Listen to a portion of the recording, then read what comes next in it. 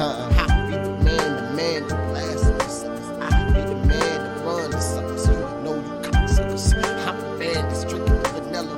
Crown boy, you feeling real smooth. Dude, attitudes be changing left and right. I ain't talking about nothing coming off the top of the brain. I'm feeling like insane podcast. Unpredictable like mystical. We doing our thing. We bang. Easy breezy. Back in Hawaii. Loving what I got to do. Make it you like me. Steve-O, Alexandria. I don't want to mess with anybody. Look, I'm the man in the game. Yo, welcome to another episode of Unpredictable Thoughts Podcast. Your boy Trouble's in the building, doing a damn thing, ain't doing anything at all. We are on day, I don't know. I really don't know. Like, after a while, my days just start to blend. Like, even though I'm working, I'm blessed to be working.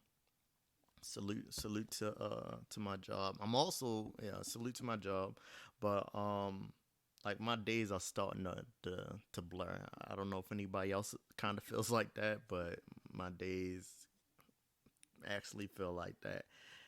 Having cabin fever like crazy. Yeah, it's not here. Yesterday was Easter, so I hope everyone had their black eyed peas like I did, because if you didn't, you're probably the primary reason why 2020 has not been going the way it's been going. And going for the good, that's what I mean. So hopefully you had black eyed peas. I'm recording this on Monday. It'll be out tomorrow, Tuesday. So from the time I record it, if you didn't have any black eyed peas on New Year's or Easter, you have 48 hours from the time I drop this to eat your black eyed peas, so we can have a good 2020. But if not, then our 2020 is just going to be bad. We're going to have to continue social distancing. Like, sundress season is over with. Like, I hope y'all know that. And it may be your fault. But now on a serious note, man, the podcast y'all about to listen to, I want to give a shout out to, this is a high profile podcast for me, personally. This is a high profile podcast. I think we on this will be episode 73. So this is like the first high profile podcast. I was blessed to be in the room. I was actually blessed to be in a room. Normally, when I'm in rooms like that, I just shut up and listen. I think a lot of people should do that. That is my piece of advice. If you're in a room that you really don't know a lot of things, just shut up and listen. And that's how you learn. You listen to learn, Yeah, it's just a blessing to be in that room. So I do want to give a shout out to Julian. I do want to give a shout out to Jazz and Soju. I do want to give a shout out to Donovan. He's actually been helping me expand my networking capabilities within the political game. So shout out to him. And more importantly, I always got to say the best for last. Shout out to Maya, yo. Maya, you have been so genuine to me. It's like, it's not even funny. Like, the genuine friendship that we have. Like, I don't see how people take friendships for granted, or y'all just let them, like, fall by the wayside. It's sickening and it's frightening. Like, I don't know. But, like, Maya has always been genuine, like, since the time y'all heard her on the first podcast. Like, she just been like, yeah, what's up? When you trying to do another one? Yeah. But, with this whole coronavirus and, social distancing, we really can't do that. Plus, I know she was doing her whole real estate thing. She's about to make some big moves. So, shout out to her. Hopefully that didn't affect her too much in her next move that she going to do. But, I don't know what kind of chat it up. But, salute to her. But, for this podcast y'all about to hear, I do want to throw the disclaimer out. The audio isn't up to par due to us being in a restaurant environment, and it was open. Like it was an open area, so you could still hear like people chewing ice and like biting their forks and spoons, probably biting their knives while they eat. Such a pet peeve of mine, but I was able to turn like the audio speaking part of it, but I'm not that equipped yet. I don't have the knowledge yet to like mute the background. If that makes sense. So I'm still learning. Like I said, I'm on episode 73.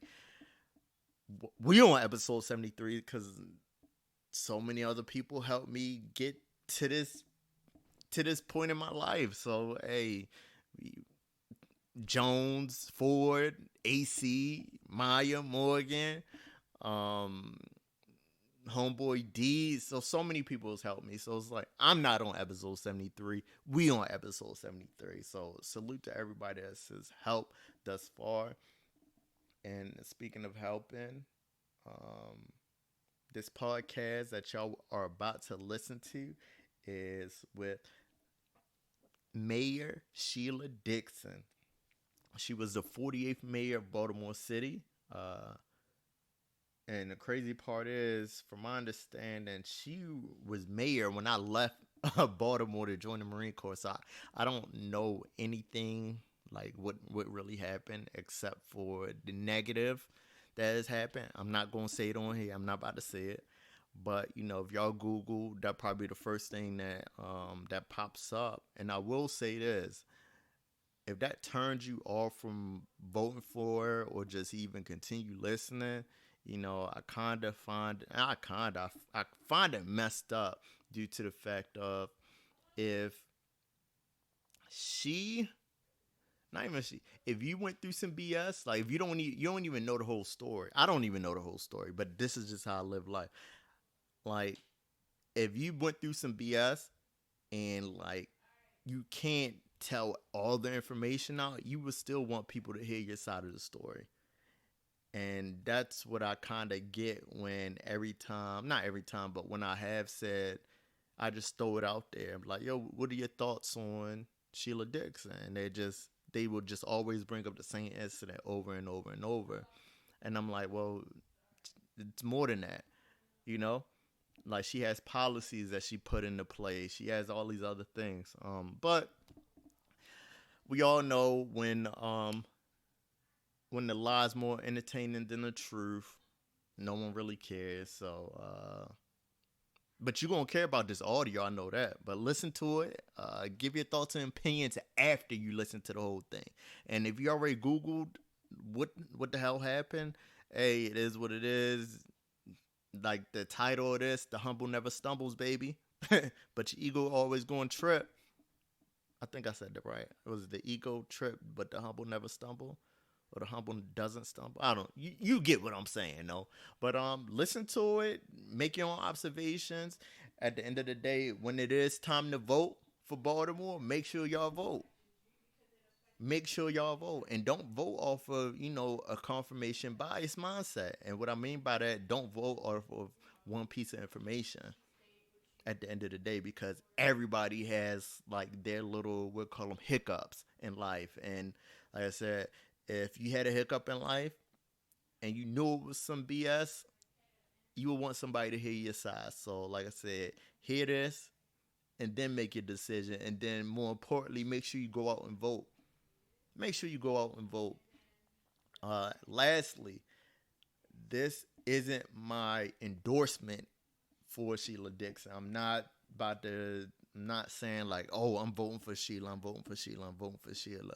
An opportunity presented itself for me to record an audio, and that's what I did. So I don't want to get anything misconstrued. I am willing to sit down and talk with and chat with any other of the mayoral candidates. Is that how you pronounce it? Yeah, anybody else that's running basically in Baltimore. The world, actually. Hey, I'm trying to get all these podcasts out, but hey, I'm willing to chat with anybody. So this is not an endorsement like, oh, whatever, Trouble say vote for her. I'm pretty sure she would like you to vote for her. I'm pretty sure she would like, but also I'm pretty sure she wanted to be fair and also do your research. But like I said, this isn't my endorsement of saying that I'm voting for her. So do your research, vote, and do your thing. But I'm about to switch y'all to the audio for the podcast. Make sure y'all go on unpredictablethoughts2.com so you can get all your Keep That Same Energy merchandise. We doing a 20% discount. Use promo code RONA, RONA, Rona, for the coronavirus. But it's your boy Troubles in the building. Peace. All right, this is my last thing. So it's other people that's asking questions as well. I was able to ask about like 3 questions. So if you kind of want to fast forward and hear my questions, I'm on the 43, like the 43 or 45 mark, and then I'm on the hour mark as well. But listen to the whole thing. Listen to the whole thing overall. I'm just excited for my parts because I'm just excited. But I did ask a question about the veteran community out here, and I will say she did answer it quite well. So just listen to the whole thing. So we're just going to start with the Q&A. As you may know, I've kind of passed out the questions, and it's 1 through 10. They're going to pivot between Ms. Porter and Ms. Thomas. And Ms. Dixon, you're going to be answering all 10? Yes, ma'am. You're going to answer all 10. Each question I wrote at the beginning, 3 to 5 minutes. If you want to take a little bit longer, if it's shorter, that's fine. And at the very end, if there's enough time to if anybody has a quick question they want to ask you, anything that I didn't cover as far as infrastructure or crime, the environment, anything like that, they can ask. So if time permits. So, all right, we're gonna go from there. So the first question is on Ms. Thomas. During your tenure as mayor, your administration saw a homicide rate reduction of under 200 murders. Given the current conditions of the police consent decree and the riots from 2015, what strategies can your new administration put in place, different from the current administration plans, to reduce our homicide and crime rate for the city of Baltimore? Well, first, we have to take a holistic approach in dealing with crime. It's not just more police officers out on the street.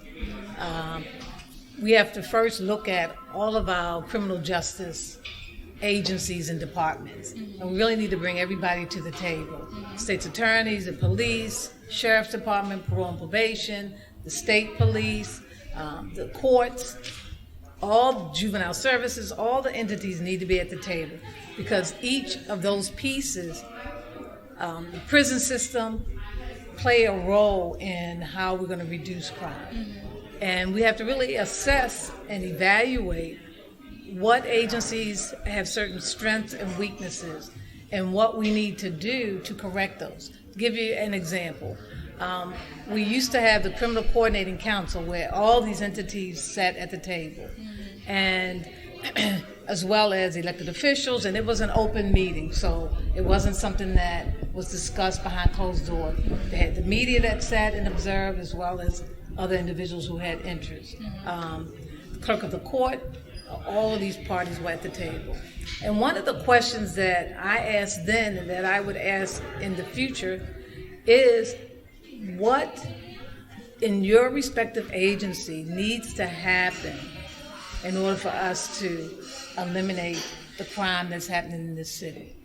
And have each agency really assess and look at not just, I need more money, or I need more prosecutors, or I need more this or that, but what currently needs to happen. Is there a change in law that needs to take place that's going to help?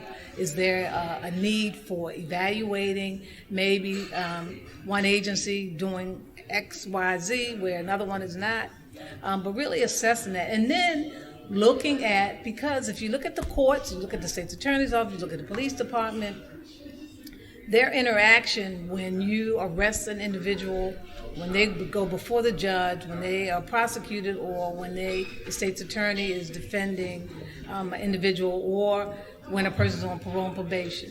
One of the things that I found out is that, for example, Pat Jessamy, who was the state's attorney when I was mayor, she said something very simple. She said one of the faults of the police department, and I don't know if it's still happening or not, is that the police department don't write their reports well, so that when they come to prosecute someone in court, it's thrown out because the reports are not written. I said, what is it that the police department needs to do?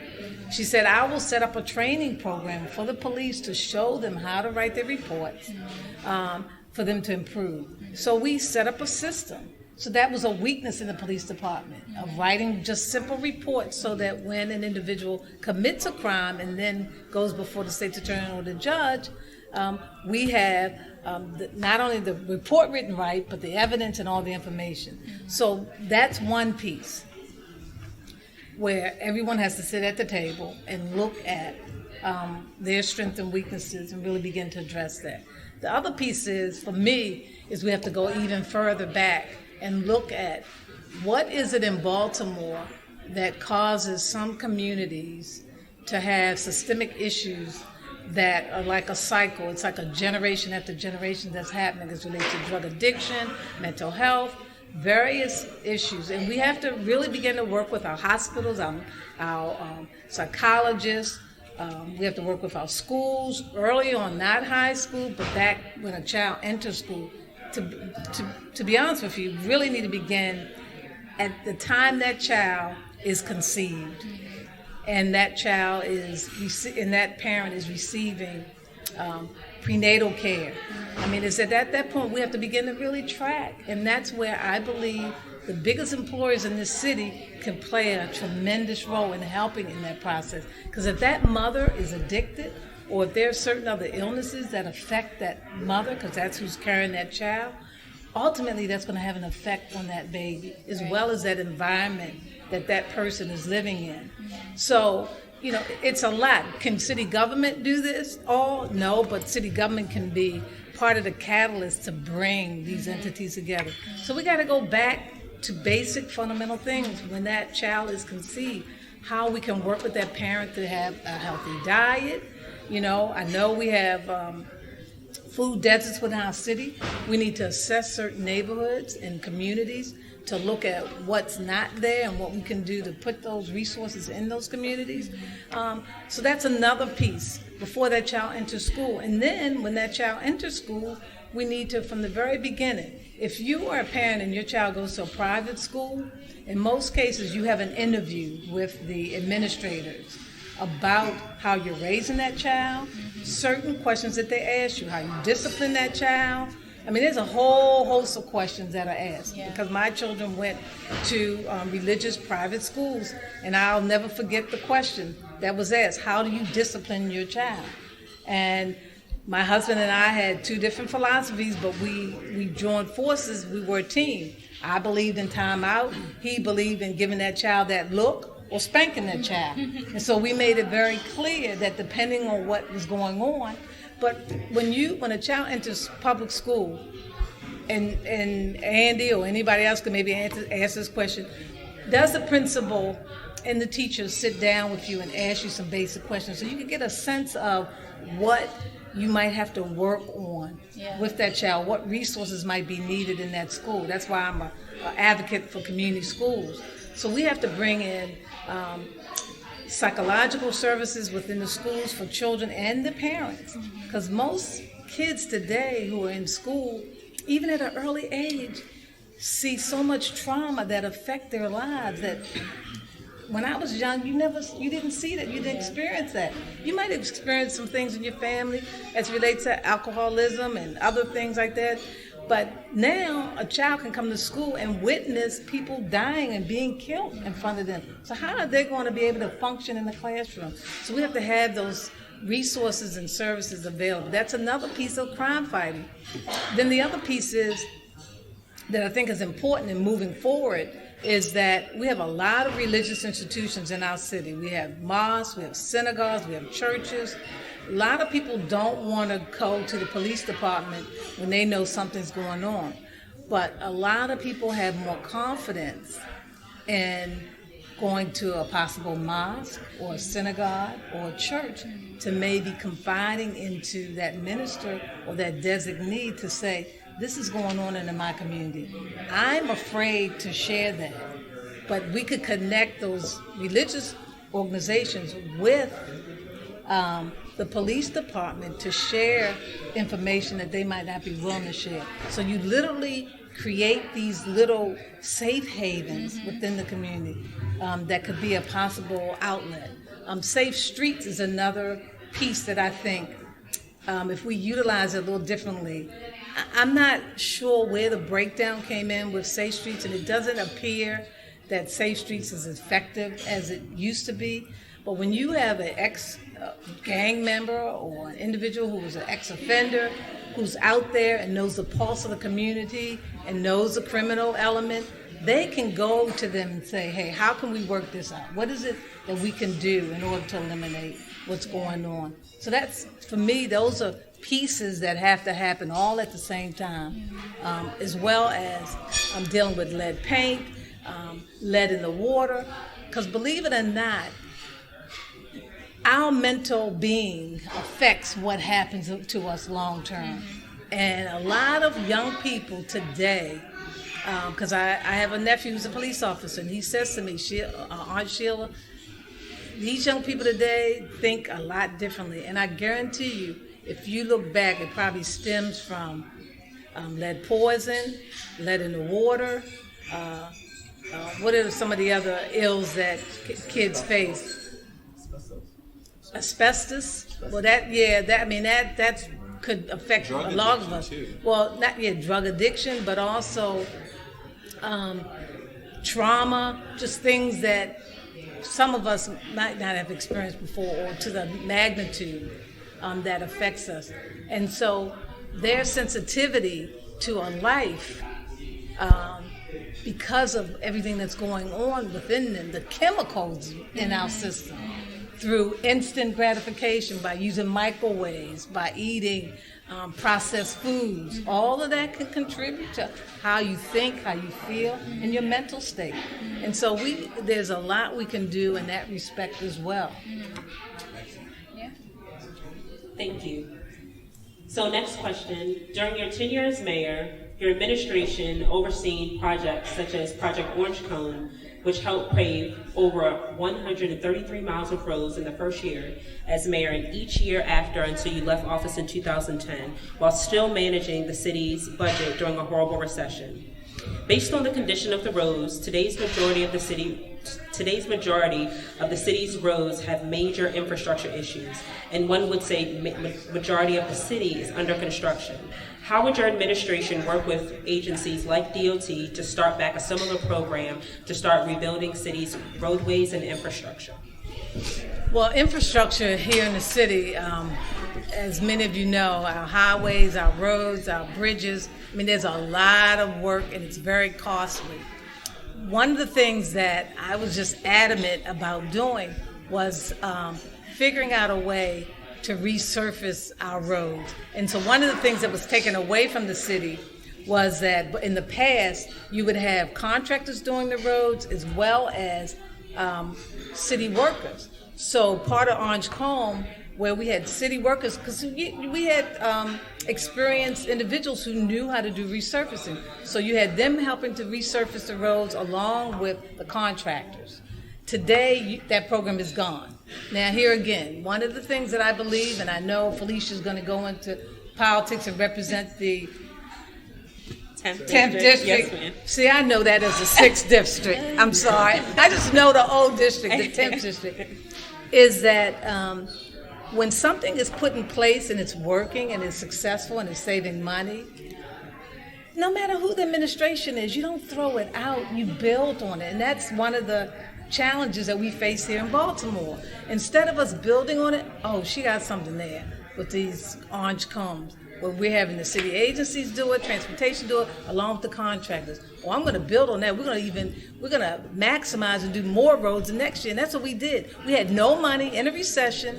but we were determined to take the little bit of money we had to do that. Today, I'll tell you, there's a lot going on in the city as relates to the roads. We have BG&E in the roads. We have the sewer and water pipe that's going on. We've got to coordinate this effort.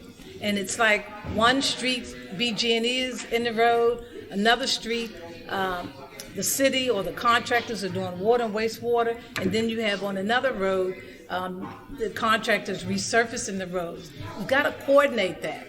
And not have BG&E go into a road that we just surfaced. So we have to keep a kind of a schedule in each district of what needs to happen, because BG&E is trying to upgrade, we have to upgrade the sewer system, and we need to resurface the road. So we really have to do an inventory of all of our roads and bridges and do an assessment so that we can coordinate with these contractors.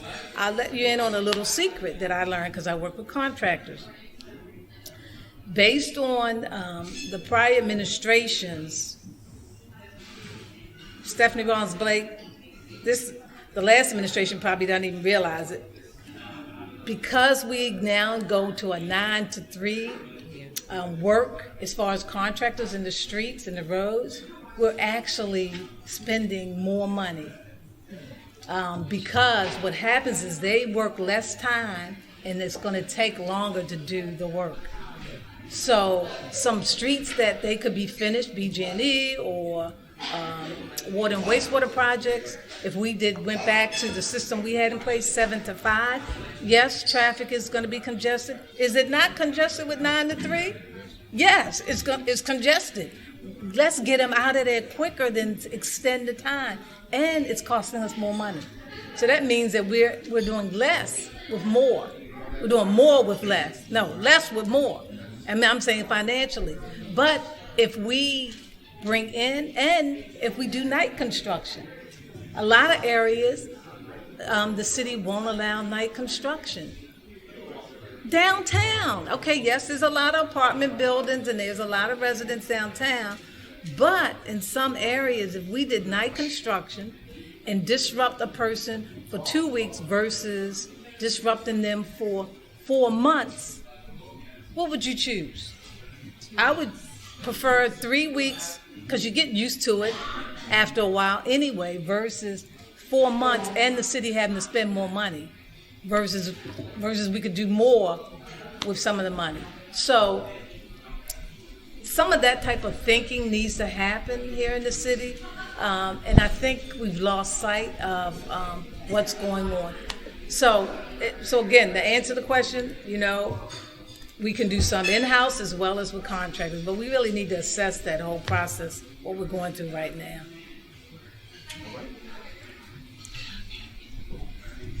This next question is specific to Korean Americans who are small business owners in the city of Baltimore.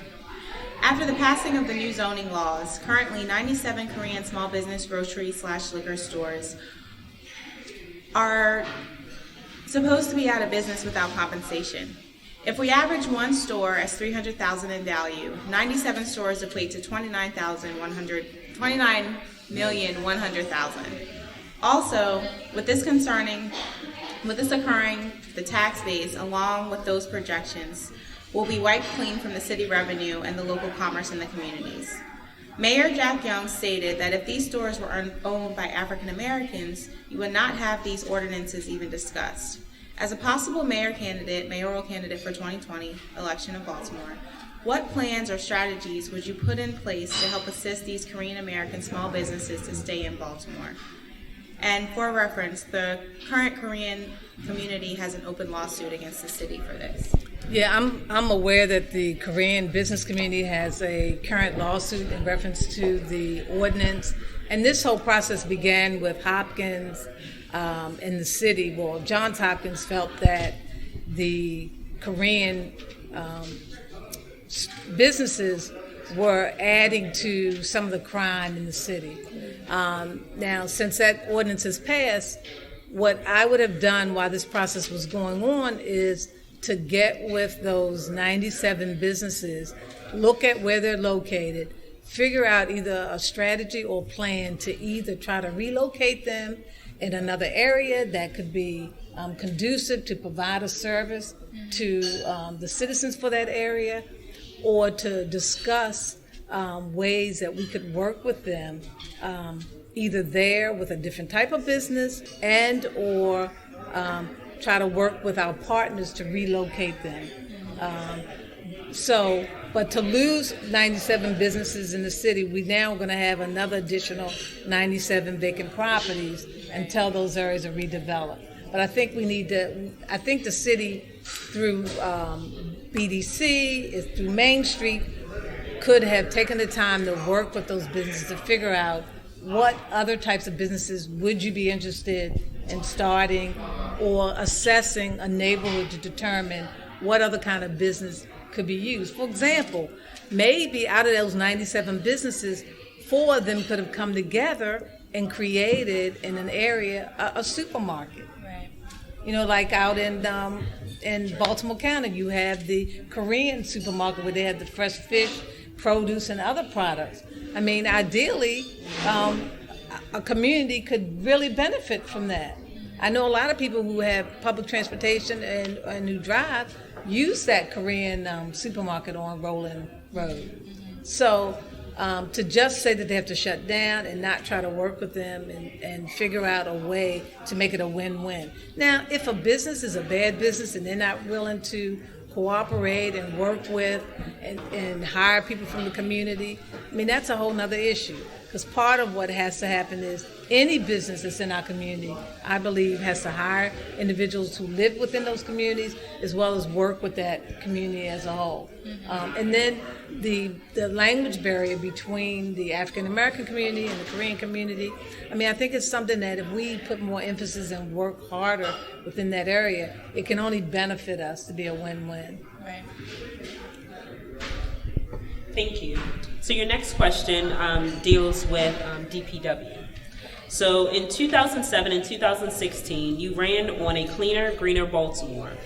If elected in 2020, how would your administration enact a new cleaner, greener Baltimore plan, and how would you work with DPW to start this initiative again? Well, I would not necessarily start that initiative again, but one of the things that I would definitely emphasize is, number one, something that every agency would understand, and that is that everybody that works for city government, from top to bottom, works for the citizens of Baltimore, and you have to make that very clear. Then you have to define, based on those agencies and DPW, what their mission and goal is in that department. Department of Solid Waste. We don't, one thing that we have to get back to is getting out of working in silos and working collectively. It doesn't matter if you drive past a community and you see X, Y, and Z on the street, and that's not your territory, and your truck is there, then pick it up. And I think part of it is that those sanitation technicians and other people, they have not had real direction. And I don't feel like, I made it very clear to the workers in DPW, is that it is up to us to help the citizens to get the city clean, along with citizens cleaning up their neighborhood. And so the other piece is we have to get back out there, knocking on doors, educating the public. I know a lot of people said, and they hate this one-day trash and one-day recycling. And I would be open to 2-day trash in certain neighborhoods, but along with that, I would also set certain expectations. Teach people how to recycle the right way, because you end up having less trash, but really work with kids in schools as an incentive for them to be a part of that. So when they go home, they can literally teach their families about recycling and come up with contests in schools where kids, within their neighborhoods, compete with each other about who can recycle the most, and have an incentive, probably because most kids like money, to provide them or their classroom with either money or some gift that they would like that's going to help them to keep doing that. Because after you start doing it, it's funny. Once you start recycling and you teach people how to do it the right way, and people catch on to it, then they don't mind and it just becomes second nature. So part of it would be really educating, but also showing our agency that, we have a responsibility. And you don't work in a silo, and just because this is your district and you might drive past another area and you see something, that buy into that this city is yours as well.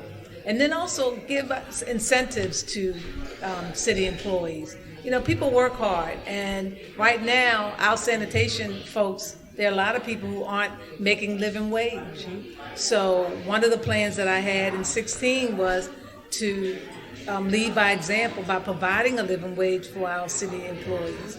But also, trash is a 7-day, 24-hour-a-week job. And so the unions would have to sit down with me, and we have to figure out a plan where we have people working 24 hours, 7 days a week. Because any city, if you want to compare us, when they start comparing our crime to New York's crime, it's a 7-day a week. And trash is not just 9 to 5, Monday through Saturday. It's literally 7 days a week. And so schedules would be set up where people work 7 days a week in order to get the trash off the corners, deal with trash in the neighborhoods, along with educating our communities about their responsibility.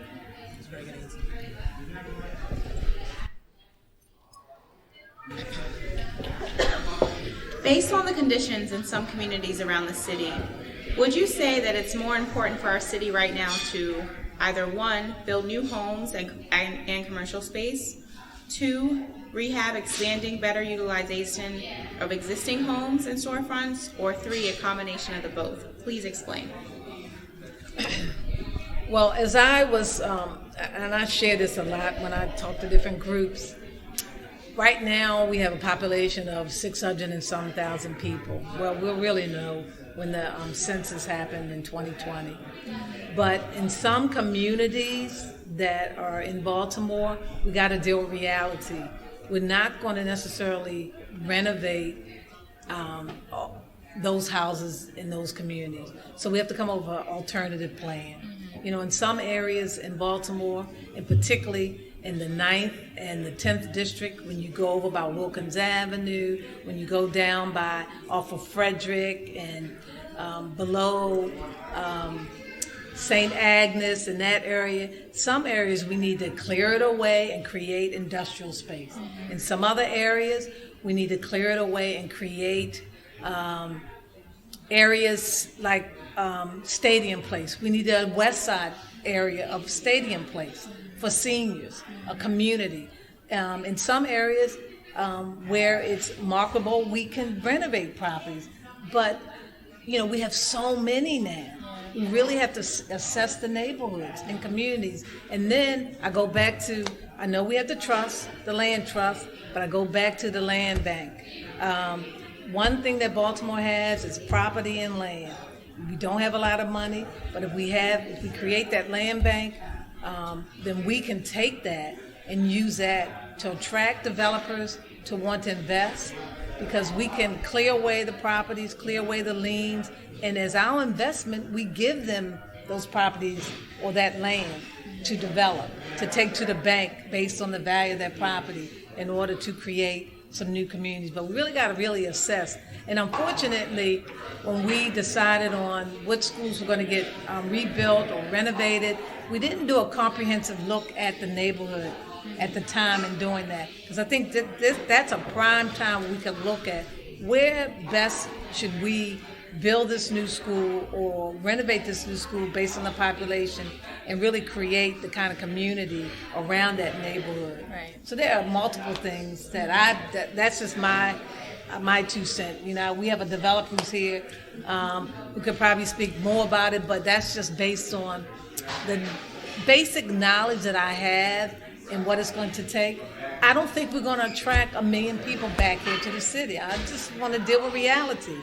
But we have to look at how we can utilize space differently than what we're doing now. Right. Thank you. So the next question deals with transportation. How do you feel about transportation options currently available in our city?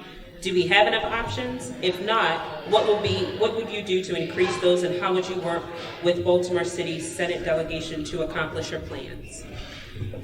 Well, transportation right now, I think that we don't have the best system in place. Of course, the bus systems change, and you hear stories about there are less buses that are out there. We don't have a subway system that's really comprehensive. So here again, it's not necessarily the state people. This is where I go back to our federal people, and that's why, we got to do something at the federal level, because all the issues that urban cities face, to me, today, nobody's focusing on bringing those resources back and coming up with comprehensive plans.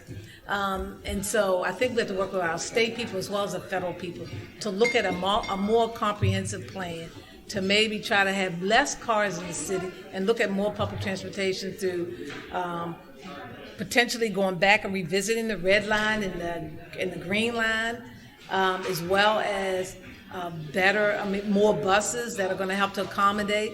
Now, I'm a biker. I don't ride my bike on the street. Roads are too bad. People drive crazy. But there's just a whole host of things that we're going to need to do. I'm all for some of the bike lanes. Some of the areas that we put in the bike lanes I don't necessarily support. I never see a biker on that lane. But then you narrow it down to one lane for cars. I think we need to really reassess that. But I think this is really a conversation that we need to have our federal reps and our state reps to really bring the resources into Baltimore, because I think in some respects that we can have a really comprehensive system that connects. There's a effort to try to look at bringing back the rails back to like North Avenue. I know Kelly Ross from what area is that he's from? No, he's from Charles Village, Remington, Kelly Cross. He still thinks that we need to deal with the rail system, and that's a potential thought, but I think we need to really sit down with our representatives to come up with a comprehensive system, a better system. I think the zip car is good. That was something that I saw on the news that happened in D.C. when I was on the city council. And I said, we need to get that here. And I put something in, and we were able to get zip cars here. People use Uber and all of that. But I think public transportation, we need to really improve on.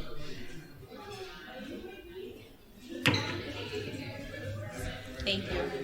If you could change one thing with our city zoning code, what would it be and why? No. One thing on our city zoning code? I don't really have the answer to that one. You can skip that question. I don't really have that. Skip that one. That's too broad. Okay. Yeah, it sure is. Yeah, okay. Zoning is the It's so huge, yeah. Yeah, it is. You're right. Well, and Transform Baltimore was just passed not that long ago. Yeah. So it's just really a question of how to work around the zoning laws, right? Yeah. We skip that. Okay. Move to the next. Sorry. So next question. How do you plan to involve residents in your decision-making process in our city again? Well, residents are they are the most important elements or people who are part of our community. And one of the things that I always believe is that the way that we involve residents is to, one, invite them to be a part of the many commissions and boards that we have in the city. Two, to work with community associations and work with them on plans for their respective community, because when you have their buy-in and vice versa, and you know what they want and how they want things to happen in their community, it only enhances. So a lot of times it's really about meeting with the different groups and coming up with a comprehensive plan. My base and my foundation in getting into politics all came about as a result of creating co-ops. And it was food co-ops where we pooled our money together and we purchase X amount of food that everybody who participated, either by volunteering or being a member, contributed to that process. And it was a really good, it's something that we need today, particularly with the lack of supermarkets in our city. And so it's really about bringing people together in our different respective communities to work on plans that they see that's important for their neighborhoods and communities, as well as, the city providing the resources that can help to support them. What's that, question number 10? Number 9. Oh, we're almost done. One more. If elected, what 3 steps would you take to put our city on firmer financial footing? Actually, our city is on better financial footing today than it was back when we were in a recession. It's really about accountability and figuring out the best way to, 1, see what we currently have, 2, what we need to do to streamline in some respect some of the resources or agencies that we have, and then 3, what we can do better in order to not increase taxes but provide quality services, and also look at ways to reduce property tax and other taxes that we currently are paying. But we first have to assess what we have, because one of the things that's happened under this last several years that in the past we were resistant in doing, even though we were trying to accomplish the same goal, is restrict funding.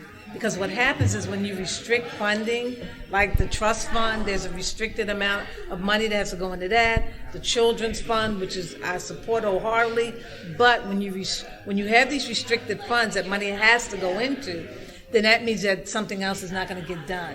Versus figuring out how you can still do those things as well as additional things. So right now, to have a $25 million surplus, that tells us that at least right now we have the revenues coming in. But again, we really need to assess. We need to do a comprehensive audit. I know that audits are being done now, but even do more audits. And then go to our agencies and really talk with the employees, not the management, but really the people that do the grunt work, to ask them and get their input to help to assess those agencies, because a lot of times they're the ones that really see the waste and know what's going on, and a lot of times we don't tend to go to those individuals. We tend to go to the managers or the quote-unquote experts to give the answers. I still believe in outcome-based budgeting, where you just don't give an agency a dollar amount because this is what they're requesting, that we assess that agency based on the goals that they're supposed to accomplish, and their budget and the funding is given to them based on those goals, and you assess those goals on a quarterly basis to determine whether or not they're doing what they're supposed to be doing in order to receive the monies that they receive. And so last question. What neighborhood do you currently live in? Why? And what are some of your favorite places to spend time in the city? So I currently live in Hunting Ridge, and Hunting Ridge is over by Lincoln Park off of Edmondson. And one of the reasons why we chose Hunting Ridge is, one, it's a very diverse community. It's a community that really believes in being involved in what happens in their community, as well as it's an area that the housing stock is a historic community, and so it's close to practically, except if you're going real far northeast, but it's an area where you can get to places a lot easier and very close. Like, I had to turn back around. I left my house at 5:45, but I had to turn back around because I left my phone, and then I took Hilton to get on the 95, and then got off 95 to come here. So I was here, 10 after 6. So, it's easy to get to a lot of places here in the city. And my neighborhood, the people look out for each other. You know, people are really committed to the community, and they try to address a lot of issues that affect their community before necessarily calling on the city to do it. So I'm very glad that I now raised my children in that community. I grew up on the west side of Baltimore all my life, so Southwest was really new for me, but it's a good choice. And what was the other part? Favorite places. Oh, my favorite places to go? You know, it's funny. I don't really have a favorite place to go. Not that everywhere is not great to go. I guess I can say that. What's my favorite place to go? Yeah, I was going to say the gym. I mean, I live a very boring life. The gym or I love movies, so I like going to the Landmark. Now I go to a lot of movies outside the city, unfortunately. But I guess my other favorite place is Starbucks, because I like London Fog, which is a tea. Yeah. So I know where most of the Starbucks are in the city, and most of the Starbucks, with the exception of maybe one, when I come in, they know what my drink is, because I'm very specific in what I want. I know, that's crazy, being my favorite place, but yeah, what can I say? So thank you so much for convening this kind of conversation with the community and residents. We're so grateful to have you here to share some of your issues and ideas throughout the city. So we'll open it up to any public questions now.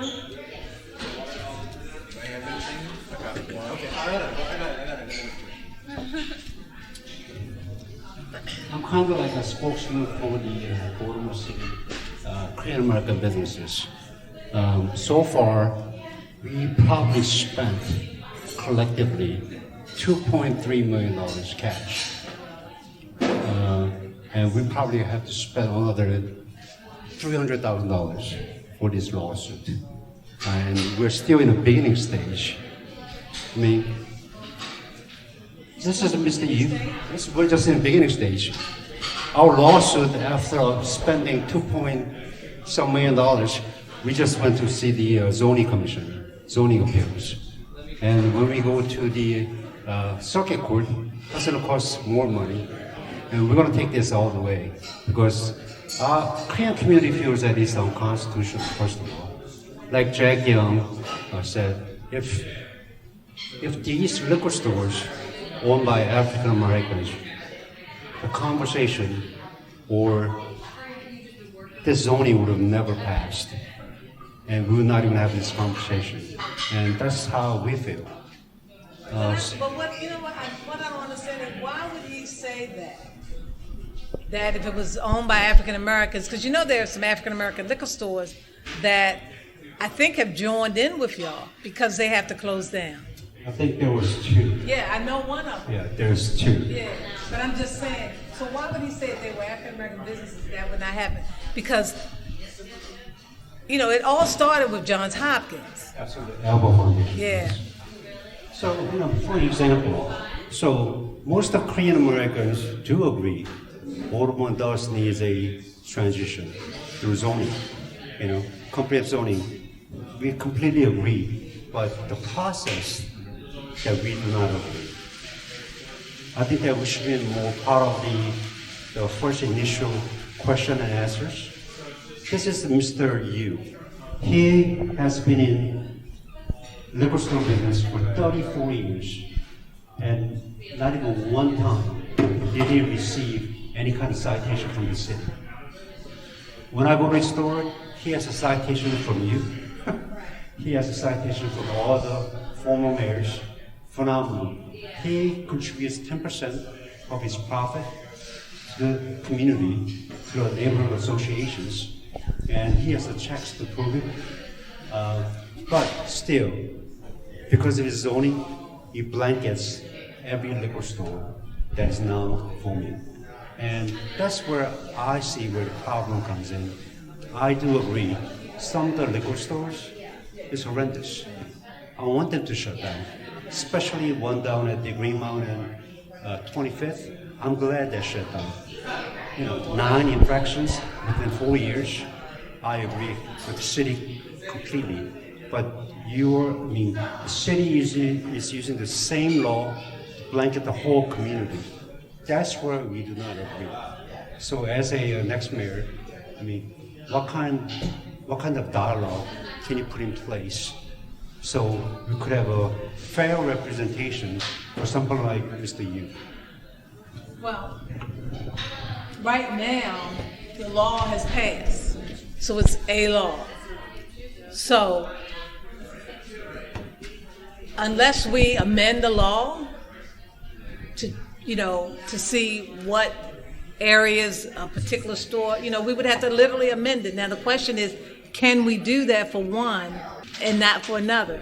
So, I can't answer I can't answer it directly and say, oh, we can change the law, because that would be not being honest. But what I would do, as I said in the past, is sit down and take a look at the current law and figure out a way how we could potentially make it a win-win. Now, where's your store located? I'm sorry. 3927 Park Heights Avenue. 3927 Park Heights. Sharon Gray Middle. Okay. Is that the one where, was that the one that, was that the, okay, was that the one that, well, now let's lay everything out on the table. Park Heights is a district that probably has more liquor establishment than any other district in the city. So at the state level, if my memory serves me correct, there was legislation that passed to eliminate the amount of liquor stores. So that's, first of all, we have to look at all the liquor stores that we have and figure out a way how we can eliminate liquor stores and keep some. But to have a district that has more liquor stores than anywhere in the city, you got to balance it. Now, let's take this area, Ford Avenue, Federal Hill.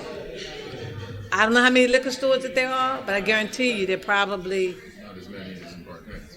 probably a third of what's in Park Heights, or even more, or less than a third.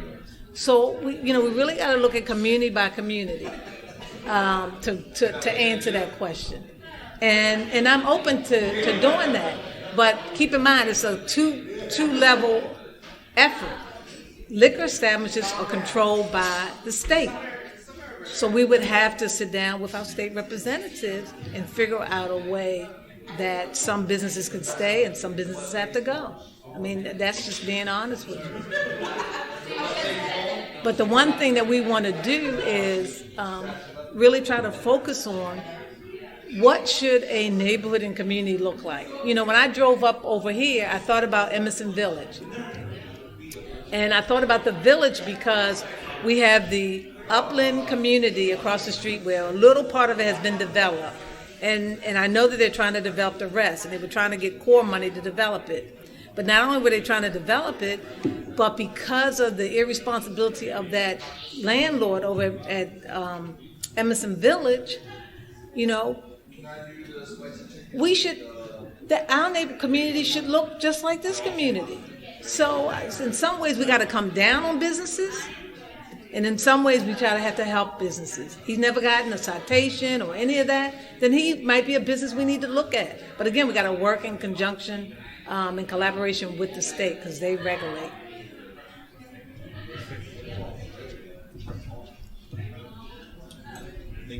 Yeah, I have a question.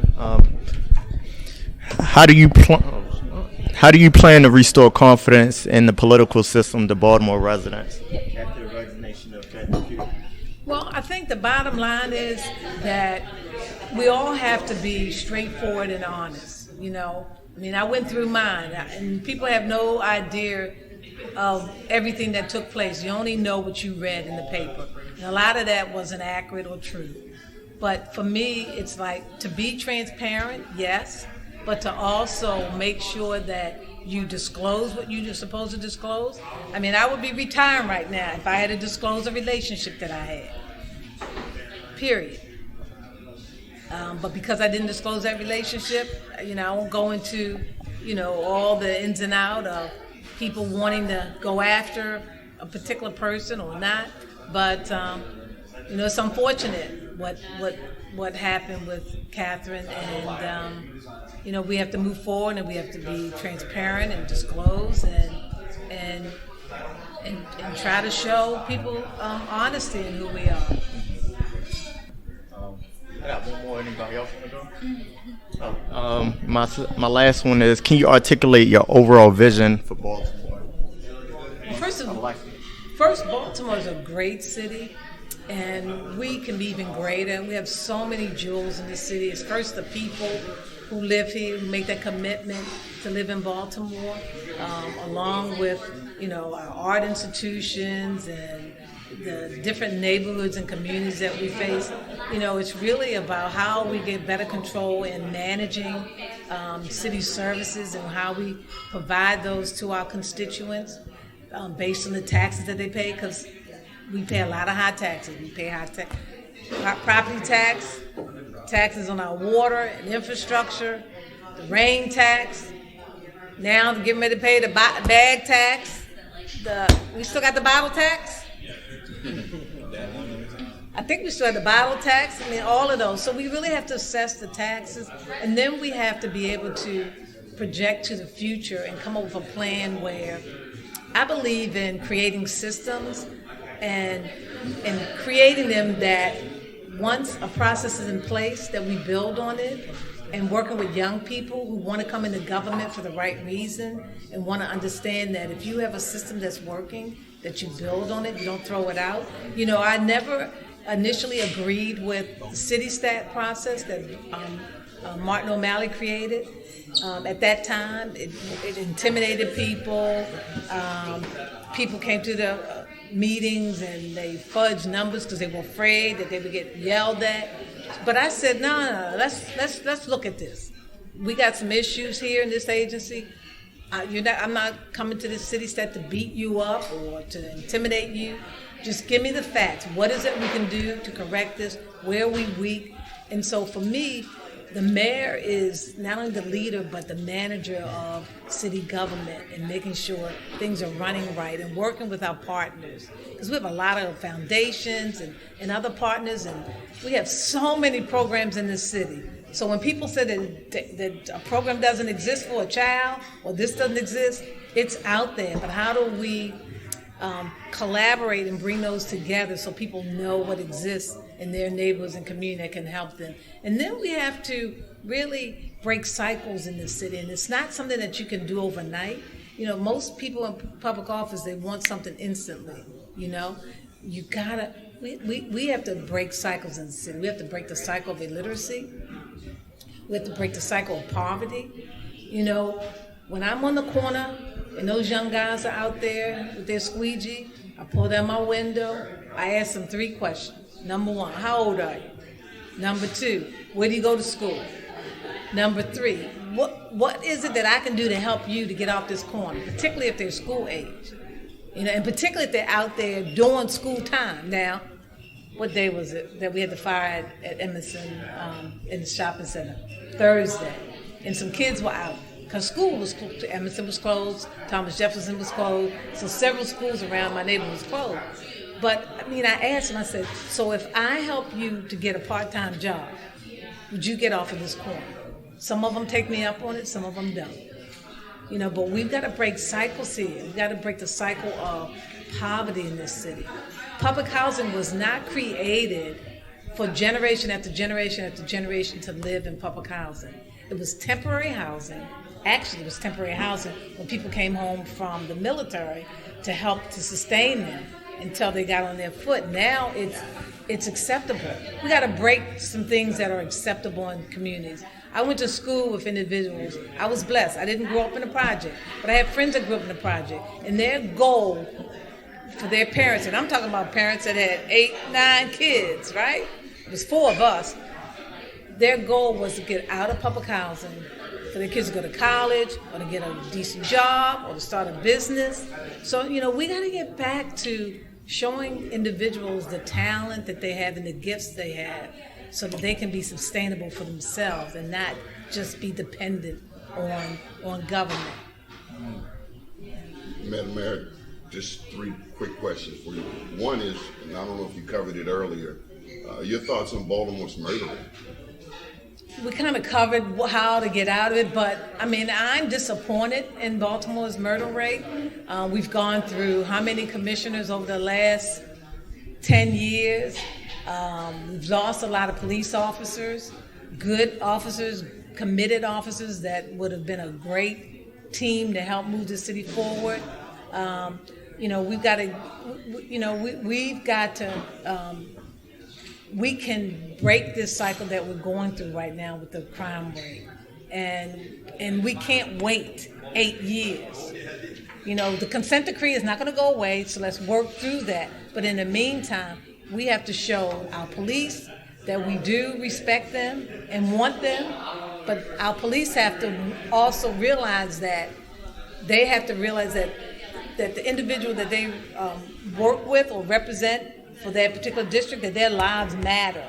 And our police officers have to feel like that I will sacrifice mine in order to help this person to live, And we got to gain that trust back. And we talked about that earlier, a little idea I had about using our religious institutions to help in people who are afraid to go to the police to share things. Number 2, the schools. Last year, 13 high schools had 0 students proficient in math. And that'd be simply unacceptable. Say, for instance, if we had a school system with majority white students. I personally think parents would shut the school system down. It's unacceptable. Your thoughts? Well, our schools, even though it's a partnership, and a lot of people say, well, now it's time to take the schools back. And either way, for me, I always was involved in the schools, and I always demanded the best from our school. So it doesn't matter that we have this partnership, because we have to contribute more to the schools, but we also have to have more accountability. And we have to look at our schools individually, but also collectively. If Fort Worthington has this curriculum and they're succeeding and they're doing well and they have all these other extra things, then Gilmore should have those same things in the school. It shouldn't be one school versus another having certain support systems and services versus another. And then we got to go back to some basic fundamental things. We've got to have parent involvement and early on in the schools with the children. And that's why I believe we need to keep our schools open longer. The school day needs to be longer. This is a same time we work, most people work 8 to 4 and 9 to 5. Our schools need to be in session during those times. And then we need to have them open in the evening for parents to come in for computer classes, for GED classes, for bilingual classes, whatever it's going to take, because sometimes it's a matter of having that extra push to go from being on public assistant to getting a job or a career, to help them. And then we have to, our kids, before graduating, have to have a plan. I went to Northwestern High School. I'll give you a quick story. I went to Northwestern. I did the last graduation a couple years ago. I spoke. I think it was 170 some kids that graduated. It was in the auditorium. Oh my gosh, the graduation was off the hook. Nobody was respecting. You couldn't hear the names being called. People were yelling, screaming. Okay, everybody was excited, but come on, where's the respect, right? When I was leaving the school, I had a bad headache. I did. I had a really bad headache. I saw this young man with a shirt and tie on. I stopped him to congratulate him because he had a shirt and tie on. I said, so what are your plans? He looked at me dumbfounded. I don't really have no plans. I said, how you graduate from school with no plans? I said, where do you live? He lived in Park Heights. His father was raising him. His mother was on drugs. I said, well, what do you like to do? He says, I like construction. I said, you know what? This is your lucky day. I work with contractors. I said, give me your resume. He said, I don't have a resume. I said, you graduated with no plan and no resume. I'm like, huh? I see. But he went back to school the next day, and this guy wasn't a bright kid. He went back the next day. His teacher helped him with a resume. He sent the resume to me. I told him I can't guarantee anything. I'm going to try to get you an internship. One of our contractors interviewed him, gave him an internship with the stipulation he had to go through Jumpstart. He went through Jumpstart. He invited me to his graduation. I went to the graduation. The first school that was built, Fort Worthington, he was part of the company, I think it was Hamill Builders or whomever, making $21 an hour. Now, the only reason why I stopped him was because they had a shirt and tie on. But he left there with no plan. What was he going to do? So we stay in contact. Even now, he works part-time on the weekend. He's saving his money. He lives in Park Heights. But he had a shirt and tie on. Is why I stopped him. Last question is about Fortune 500s and attracting businesses to Baltimore. Any ideas on how we can make Baltimore more attractive regionally, nationally? Well, I think internationally. I agree. I mean, I worked in the international arena for 17 years. Had the opportunity to travel all over. One of the things that I think we need to do is we need to fix our image in a big way. People need to know that this is a place that you can come to do business. We need to make it easier for companies to come here. People don't like incentives. We need to provide incentives, but in providing those incentives, we need to get guarantees from them on hiring people, on training. Right now, just in our infrastructure, we're spending millions and millions of dollars. You go on that site, just go up to Drew Hill Park or wherever they're doing one of the projects in your area and find out how many people have they trained from the community within the infrastructure jobs that are out there. Just check.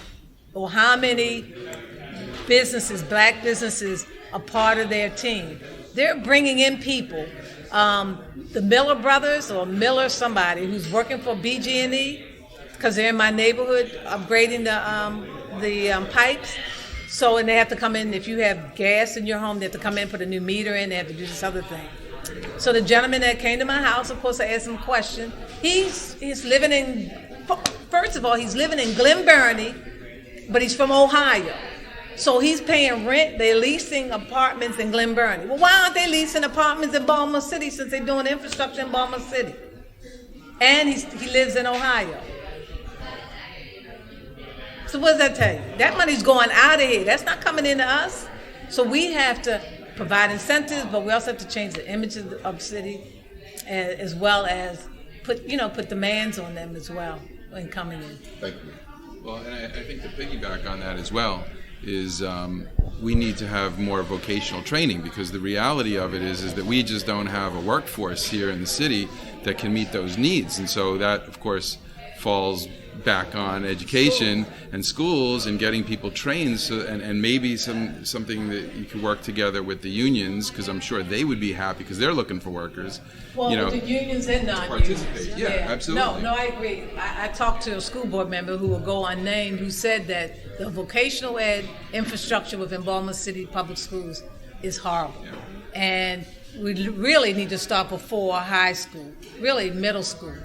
I mean, y'all don't know anything about junior high, but I went to junior high here, and we had to take wood shop classes and all of this stuff, and I'm like, why am I taking this? It's just like when I had to take typing in high school, and I was going into college because I wanted to teach. But keep in mind, now look, the keyboard. I said, I'm not going to be a secretary. Why do I need to do typing? I still had to do it. The keyboard is what? The same system, We had home ec. My mother taught us how to cook, but some people, all of that stuff is gone. Yeah. How to make a bed. I mean, I knew how to make a bed because my parents taught me, so yeah, I agree, but we got to start back in middle school with the vocational. Because can you imagine? I mean, that, the infrastructure jobs, construction management, all of that. That's going to be around forever, as long as we build. Yep. And as you point out, everybody's coming from all over the place now. So this is international. These are international companies that are here. Well, Miller Pipe that you're talking about is a huge company. I mean, and they're taking and I can't think of the name folks of the company from that's in outside of Baltimore doing the reservoirs, the covering. Oh my goodness! No workers from Baltimore? You go check it out for yourself. Yeah, they got a couple people doing some labor work, but we have to demand more than just some labor work. You send them to your site and learn the trade if need be. Because what they're going to leave it with, the amount of money, you're talking about hundreds of millions of dollars. Come on. It's a lot. And we need to assess, where are we? Where are we? You know, with the consent decree, the wastewater consent decree, where are we with the reservoir covering since they changed it here again? When you talk about city government and creating systems, we created a basic, simple way to meet the EPA's rules or regulations for covering the reservoir that would have been cost effective. Well, not this last administration, but the administration before, they changed the whole process, so it's going to cost us even more money instead of keeping that same system. You know, you spend money when you hire engineers to evaluate and assess, because it takes time, and that's the thing that people don't realize. You know, you just can't do a project like tomorrow. You have to assess it and evaluate it. You have engineers to come in. 6 years. Yeah, it does. It's a lot. So. If I can piggyback on what Julian said earlier, 'cause I have a little bit of insight as to what happened with the liquor stores. I sat on the Transform Baltimore, you know, as it was being developed, and I think one of the biggest parts of the problem is that, as you pointed out, is that these liquor store owners, other owners, were not involved in the process at all. And I think that while the city it's a great comprehensive zoning plan. I mean, the plan itself is actually a solid plan. I think that there was just some inequities that evolved as a result of this, because the city didn't work with the businesses to try to find a way to either phase some of these businesses out, if in fact that made sense to do, in situations like here where there was no issues with the liquor store at all. I mean, probably could have kept him, but to the extent that, as you pointed out, there's a plenitude of properties that the city owns to relocate some of these businesses, to have incentives to help these businesses move and maybe put their businesses in other places. I think that's the piece that was missing, is that nobody actually said, okay, well, look, for years we allowed these uses in these properties and they weren't zoned properly then. To just throw people out, you know, all of a sudden because they changed the law then, doesn't make a whole lot of sense, especially since people were, you know, actually invested in these businesses for so many years. You just can't do that to folks, you know. So I think that it probably makes sense it may not be that the law needs to be changed, because the zoning code is the zoning code, but maybe to find ways to work with these owners, because let's face it, they're providing revenue to the city, so we want them to stay actually in the city, and so I think that's important. Well, with Catherine, who, you know, promised them, you know, she would work with them to go to the city and see how the city would help. Now, you know, President Young, I don't know, you know, what he's doing, but see how the city can help them to either maintain or relocate or assist in another type of business. The Park Heights one is a little unique compared to the other ones, though, too.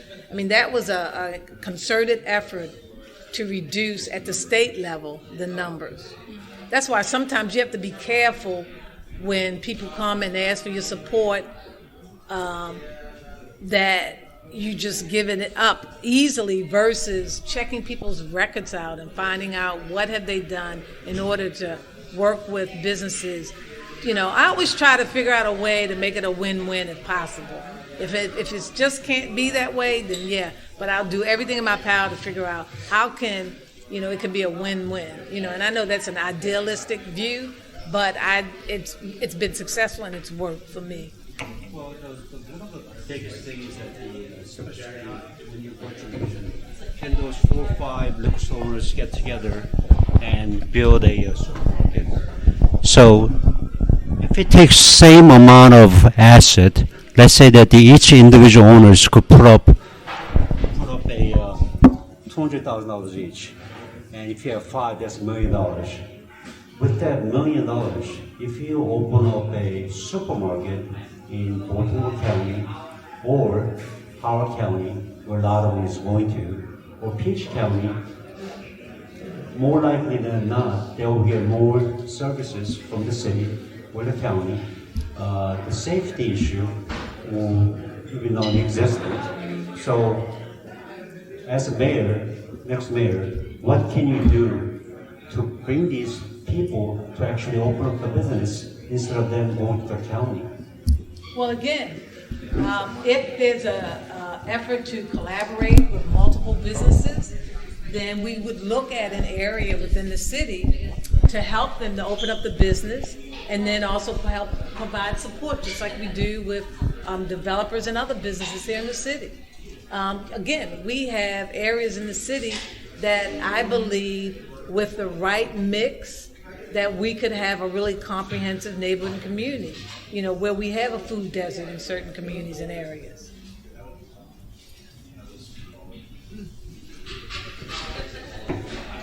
One more. This is my last time. I apologize. You have any policies that will benefit veterans in the job market? I'm a 9-year veteran myself. Well, it's hard out here. Yeah. Well, but you actually, for veterans, there's so many opportunities that the state has opened up to assist veterans. Mm-hmm. Now, I hope it ain't just lip service that they making veterans the priority, but in the business community, they have now set aside for veterans, and in a lot of the projects that go on in the state, they have a certain percentage that is allotted for veterans. So I don't know if you're in business or you want to look at starting a business, but there are opportunities. Okay. Along with some successful veteran entrepreneurs. Yeah. Or was it just disadvantaged business? Well, but the disadvantaged business and veterans, they kind of separated. I mean, you could be a disadvantaged and a veteran, or just a veteran. P&J Contracting is a disadvantaged business and a veteran, and they do demo work. That's just one example. But they're more growing businesses because of being veterans and the real need. It's really a matter of assessing. For example, they're doing a review now to determine where they could utilize. A list of areas that are needed in the veteran-owned, minority-owned, woman-owned area in business. Okay. That's it. Just want a picture after. That's it. So thank you again. We're going to wrap up. If you have any other questions, feel free to contact us. Thank you. Thank you.